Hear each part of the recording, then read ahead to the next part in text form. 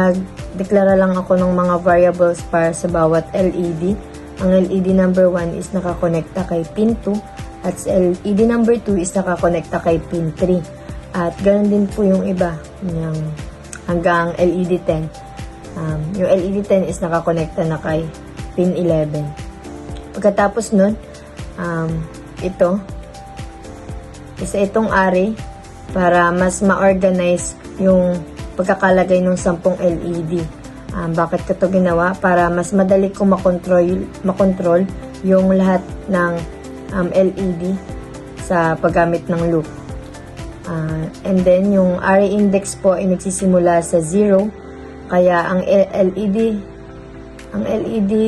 0 ay tumutukoy sa LED 1. Ang LED 1 is tumutukoy dito kay LED 2. Then, kay void setup naman po ito. Void setup. Ang setup function po ay tumatakbo ng isang beses lang sa simula. Kapag nag-start ang Arduino, dito po gumagamit ako ng for loop para iset ang lahat ng 10 pins bilang output. Ang ibig sabihin po nito ay lahat ng pin ay handa nang magpadala ng signal para sindihan ang mga LED. So, sa loob po ng loop na to, ito yung for loop na ito, nagsisimula yung variable i sa 0 at hanggang ang i ay less than 10. Patuloy itong tataas ng isa. So, bawat iteration, tinatawag ang pin mode para sa LEDs i at siniset ito bilang ito po, output. Then, meron tayong yung void all off. So, bago tayo magpatuloy sa mga patterns, mayroon po akong ginawang custom function na tinatawag kong all off. Ito po ay napakasimple lang kapag tinawag ko yung yung all off. Lahat ng 10 LED ay mamamatay or mag-o-off. Ginamit ko po ito sa simula ng bawat pattern para siguradong lahat ng LED ay nakapatay muna bago magsimula yung mga bagong pattern.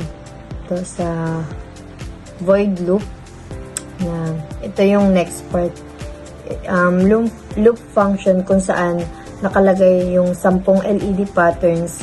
Ang loop function po ay umuulit ng paulit-ulit kaya makikita natin ang patterns na umuulit ng walang katapusan. So, yun. So, dito makikita natin yung pattern number 1 ko. Ito. Si pattern number 1. Tinatawag ko po itong overlapping chase. Nagsimula po ako sa all off para patayin lahat ng LED. Pagkatapos may for loop, tumatakbo na siyam na beses mula 0 hanggang 8. Sa bawat iteration ng loop, 2 LED ang sinisindihan ko ng sabay-sabay. Ang current LED, ito, and the next LED na LEDs I plus 1. Kaya 2 magkatabi ang nagsisindi. Hinihintay ko yung delay na 120 milliseconds gamit nga yung delay function. At pagkatapos pinapatay ko yung unang LED.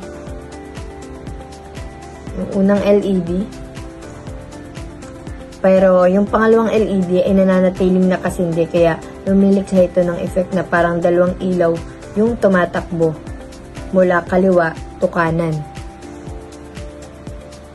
Then, sa dulo nito, pinapatay ko yung huling LED na LED 9.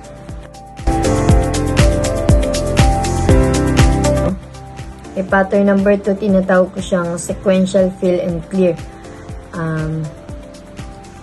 Ito yung mapupuno tapos mabubura. Nagsimula uli ako sa all off. Ang pattern na ito ay may 2 bahagi. May 2 for loop ito.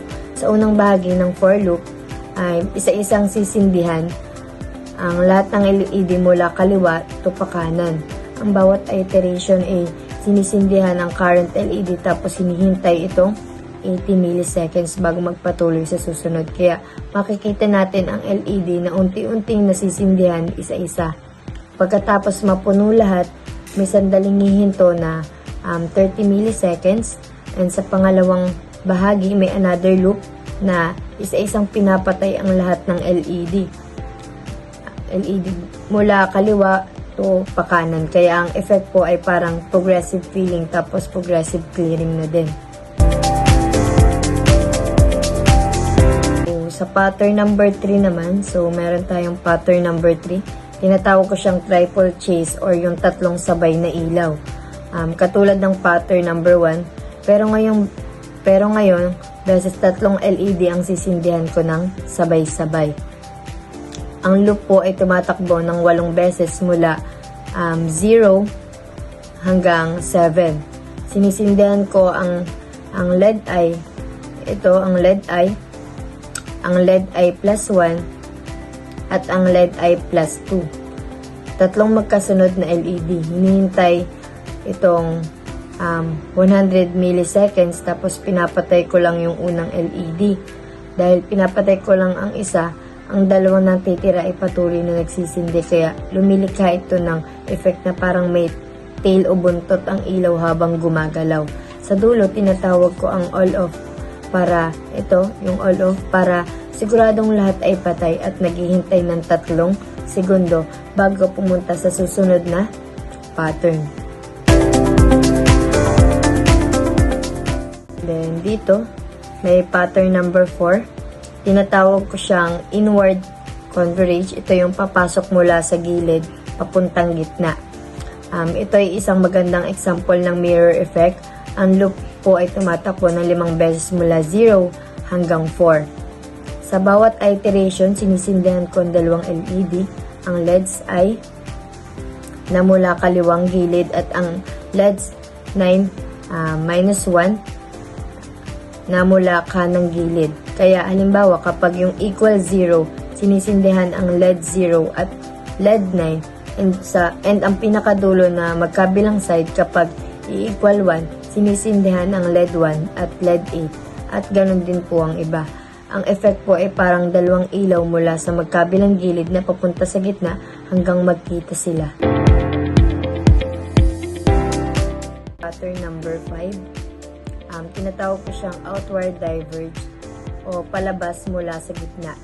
Ito ay kabaligtaran ng pattern number 4. Ang loop po ay nagsisimula sa 4 at bumababa sa hanggang 0 gamit ang minus or tinatawag nating decrement. Kapag equal 4, sinisindihan ng LED 4 at LED 5. Yung 2 LED sa gitna. Kapag ay equal 3, sinisindihan ng LED 3 at LED 6. At ganun din po ang iba. Kaya ang effect po ay parang yung ilaw ay nagsisimula sa gitna, lumalabas patungong magkabilang gilid. Pattern number 6. Ito yung pattern number 6. Tinatawag ko tong pimpong or ito yung pabalik-balik. So, yung pattern na ito ay may 2 loop din. Sa loob ng unang loop, isang LED lang yung tumatakbo mula sa kaliwa patungong kanan. Sa bawat LED ay sinisindihan, hinihintay yung 80 milliseconds at agad na pinapatay bago lumipat yung susunod. Sa pangalawang loop naman dito, bumalik yung ilaw mula sa kanan pakaliwa mula sa LED 9 hanggang LED 0. Kaya yung effect po ay parang bouncing ball o ping pong ball na tumatalbog pabalik-balik. Pattern 7, tinatawag ko siyang heartbeat or tibok. Pagtibok. Yung pattern na ito, magamit ng nested loop. Ang outer loop ay umuulit ng 3 beses. Sa bawat iteration, ito yon. Sa bawat iteration ng outer loop, may 2 flash. Unang flash, sisindihan ng lahat ng LED ng 100 milliseconds. And pagkatapos pinapatay ng 100 milliseconds, pangalawang flash, sisindihan ulit ang lahat ng 100 milliseconds at pinapatay ng 400 milliseconds na mas mahabang pagtigil or pause. Kaya ang effect po ay parang tibok talaga siya ng puso at inuulit ito ng 3 beses.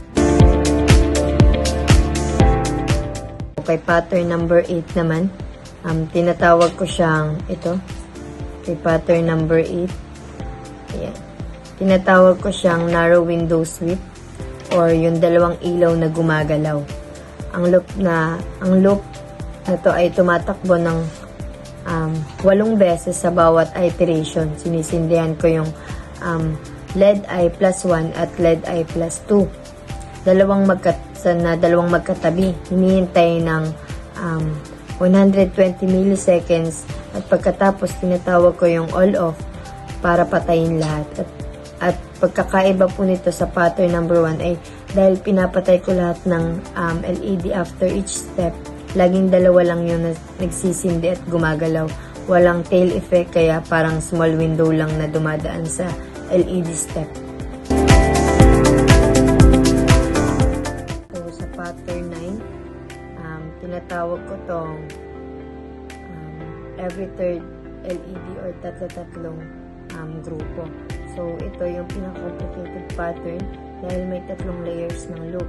Ang outermost loop na umuulit ng 3 beses, para sa buong patterns, and the middle loop para sa 3 groups, at ang innermost loop ay para sa bawat group ng LED. Kapag nag-offset, yung offset equal 0, sinisindahan yung every third LED starting from 0. LED 0, 369 kapag offset equal 1, LED 147 kapag offset equal 2, and LED 258. Kaya, ang effect po ay alternating groups na sumisindi at inuulit ang buong cycle ng 3 beses. So, the last one, ang ating pattern 10. Yan, ang ating pattern 10. Tinatawag ko siyang center bloom with final pagsabog mula sa gitna. Then, ang pattern na ito ay may 2 bahagi. Ang unang bahagi ay the manual expansion. Isa-isa kong sinisindihan ang pairs ng LED mula sa gitna palabas. Nagsimula yung LED 4 and 5 na nasa gitna, pagkatapos LED 3 and 6 sa susunod. And LED 2, 7, tapos LED 1 and 8. And LED 0 and 9 na nasa magkabilang dulo. Ang pangalawang bahagi po ay nasa grand finale, may for loop na mas flash ng lahat, na magpa-flash ng lahat para flash ng lahat ng LED ng 5 beses bawat flash. May 100 milliseconds on, 100 milliseconds off, na napakabilis na blinking. Kaya overall effect po ay parang pagsabog ng fireworks mula sa gitna, at sa dulo ay may grand final na rapid flashing.